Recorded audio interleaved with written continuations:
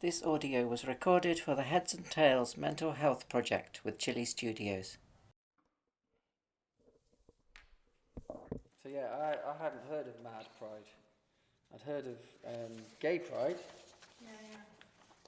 But I hadn't heard of this. There must be Bi Pride. Mother's Pride, is it? Bread?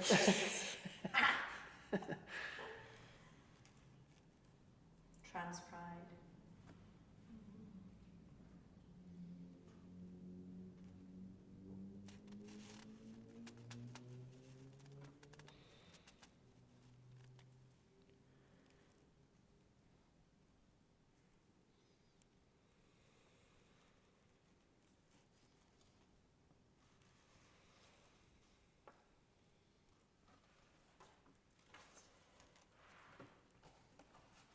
Oh no, the founder killed himself.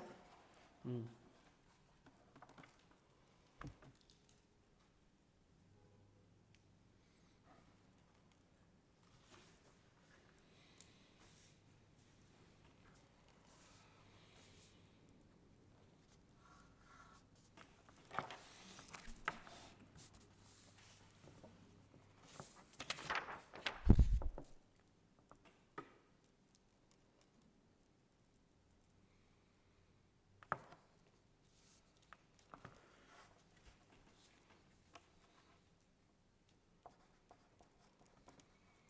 I really like the Mad Pride is about voicing the unspoken, the extremes of thoughts from despair to euphoria and breakdown to breakthrough.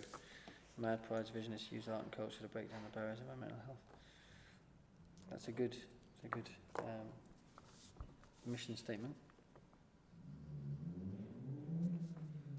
The Scottish Union of Mental Patients is SUMP. I'm not sure that's I very can't good, read this one when I'm trying to listen to what people are saying. Sorry. I'm trying to read this at the same time.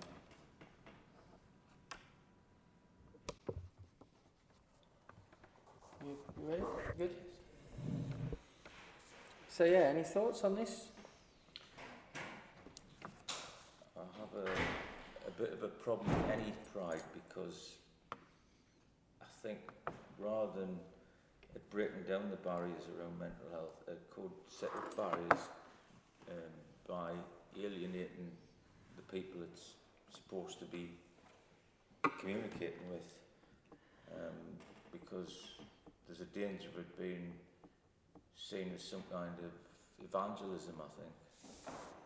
Well, as soon as you, I mean, I agree to a certain extent. I think as soon as you stand up and say we, then you're already creating a them and us situation.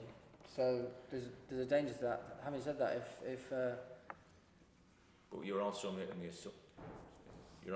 assumption that the person, the people, the audience needs to be educated on this subject. So, you know, you're assuming that the people that you're addressing don't know what you're trying to tell them, which can be a bit patronising in some cases. and I think having to come together as a big, with under a big banner or identity, it's a shame that it has to get to that point. But if that's the only way of actually, making enough noise for people to take in some information, then I can see why. But I think that you're sort of saying, to try and say you're no different to anybody else, or to try and say that to try and look for equality in marching as a separate entity. I don't know. Well, you see, It what separates. What it might be saying is that, we need to shout about this. We've got this thing that we need to shout about, and we demand that you hear it. And it can put a lot of people off if you do it. More noise is not necessarily more communication. But I think partly it's wanting to educate people about the mental health system and the drugs involved and what kind of powers or lack of powers patients have. And it's wanting the patients themselves to have a bit more control over the situation. I'm not disputing the objectives, I'm disputing the media. But how do you get attention to a cause that is not being discussed at all? Sometimes you have to do something a bit more dramatic to get people's attention. Like I lived in the US when a lot of this was going on in the 1980s. A friend of mine formed an organisation, I think it was called Dendron. It was all about the brain's connections. And they really highlighted a lot of stuff around electroshock and also drug treatment, what's involved, and looking for other ways, because they felt like the psychiatric system, was just relying too much on drugs.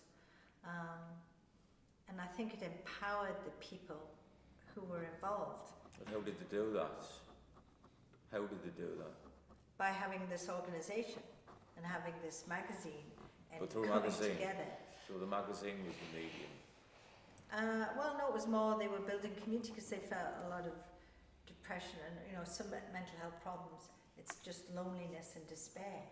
And if you're building up community, instead of each person being isolated and being treated by some psychiatrist or something, it's like, let's come together and share our experiences and just giving those people more power. Right, but that's people with similar problems coming together. This is Yes. communicating problems to people who don't have those problems. So I suggest it's slightly But different. if you look at something like, Yeah. say, Gay Pride, where you have, say a big march through a city, where there'll be lots of people who might not know anyone who's gay or might be against being gay or anything like that, and who are exposed to that, but also people who might be gay themselves but who have felt really isolated and who don't feel like it's okay to be that gay, or who then are given that strength from that. So I wonder, sure, some people will take it negatively but also a great many people will take it in the other way. But I mean, I still feel like you've got to be careful with the kind of us and them thing when you do some things. But this activists seeking to reclaim terms such as mad, nutter, and psycho from misuse, such as in tabloid newspapers. I can see that. I think it's a tough call there. I mean, because to reclaim them is to attach yourself to those words and all the connotations of those words. It is, but I mean, you're right that it is a tricky situation. Brainstorm. If you're ever in a group and say, let's have a brainstorming session, everybody sharing their ideas. Turns out, no, you mustn't use the word brainstorming because that's offensive to epileptics. And I think sometimes, we all need our consciousness raised, but on the other hand, then everything seems so fraught, and I don't know.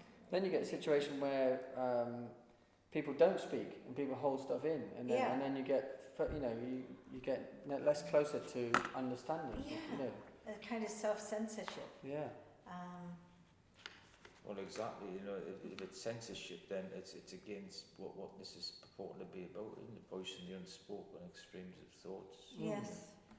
This is the opposite of censorship, and yet it's inherently censorship when you can't use certain words. And I think you get outright anger at ignorance rather than understanding and looking to help people who are ignorant.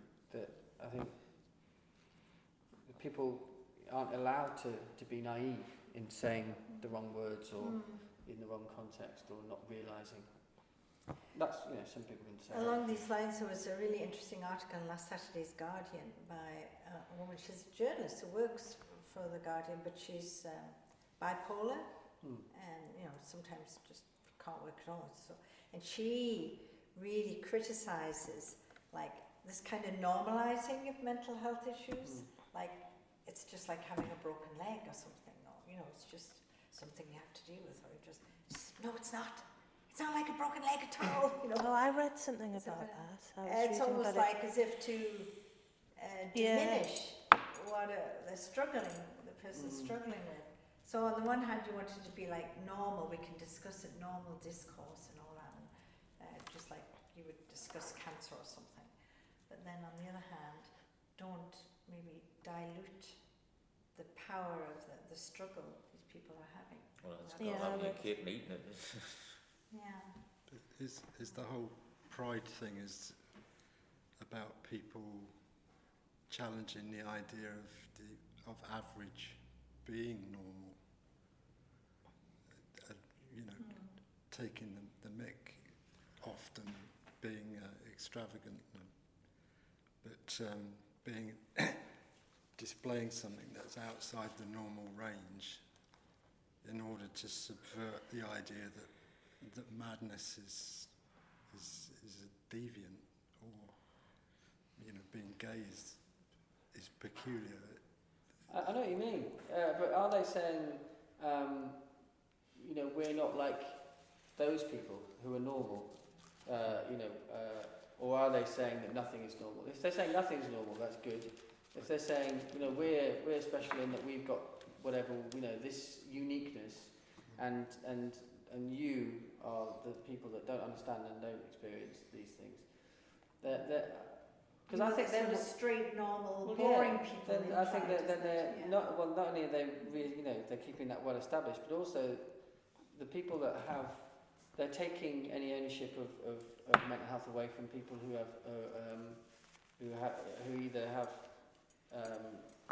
not had mental health, diagnosed or have milder forms of mental health, or So I don't know. It's Exactly. interesting. All this is suggestive of a different, if you want, bipolar system where there's a dividing line. One end of the spectrum there's normality, on the other end there's madness, and there's nothing in between. But when in reality the line's blurred in between, mental health problems and normality. Everybody's got some kind of problem. Well, everyone's mad. Everyone's We're gay. all in this. It's where you draw the line.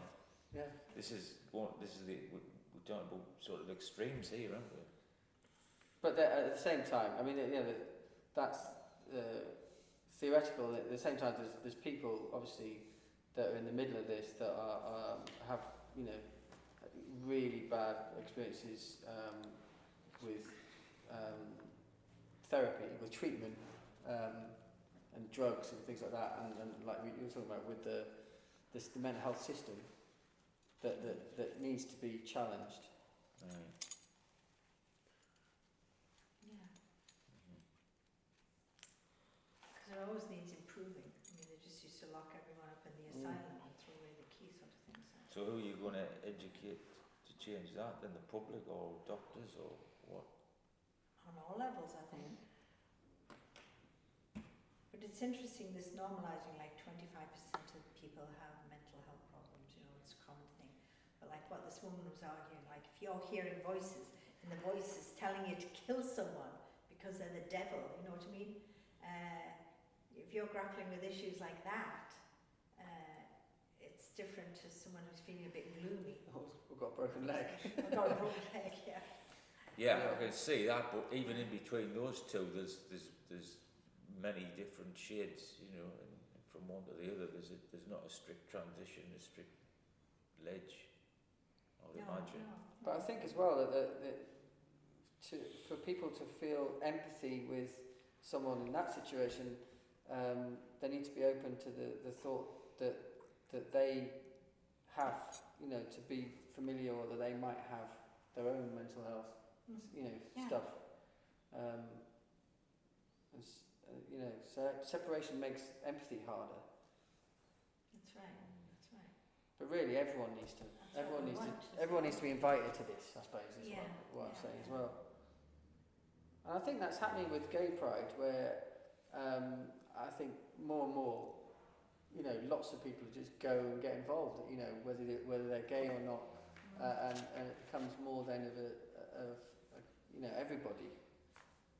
Maybe this could There's a be curious downside to that, though. I've had gay friends in New York, like really elderly, talking about how now, when being gay is accepted, then you don't need each other as much for support. But when you know, there's adversity, then that creates a kind of cohesion.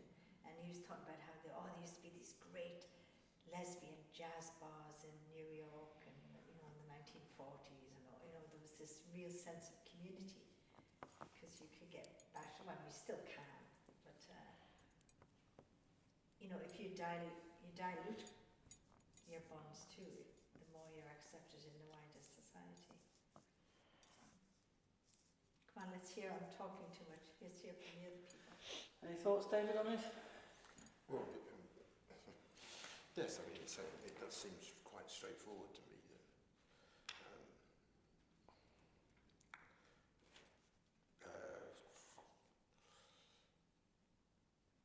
that human experience it consists of all sorts of different ways of living, and well, first of all, I don't know whether you know, but I have bipolar disorder, so I know quite a lot about it too. And I mean, in some ways, bipolar disorder it's kind of difficult to determine whether that bipolar disorder is an advantage or a disadvantage, whether it's whether it's a good thing or a bad thing. I mean, certainly a lot of my poetry comes out of the bipolar disorder. You know, I can write something which is so not weird, but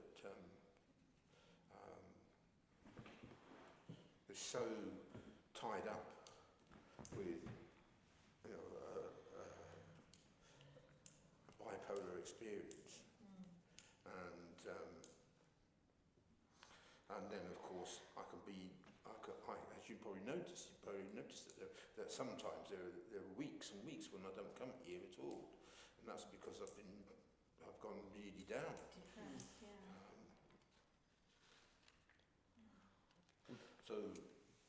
So bipolar disorder is, I think, it's just one stage on the range of human experience. You know, and there are some people who are a little bit bipolar. You know, I mean, obviously, the people who seem to me to be bipolar are the comedians on the telly. They've got this astonishing ability to link things together, and it basically is because they're bipolar. Yeah. I mean, I think that lots of sort of, sometimes it's romanticised on films and things like that, but there's certain, where people have a particular, disposition that will make them either focus, extremely on one thing, or, they can be very successful if they find the right outlets, And there are all sorts of, there are lots and lots of people with bipolar disorder in history who have done amazing things. The most obvious example is Winston Churchill, right? Because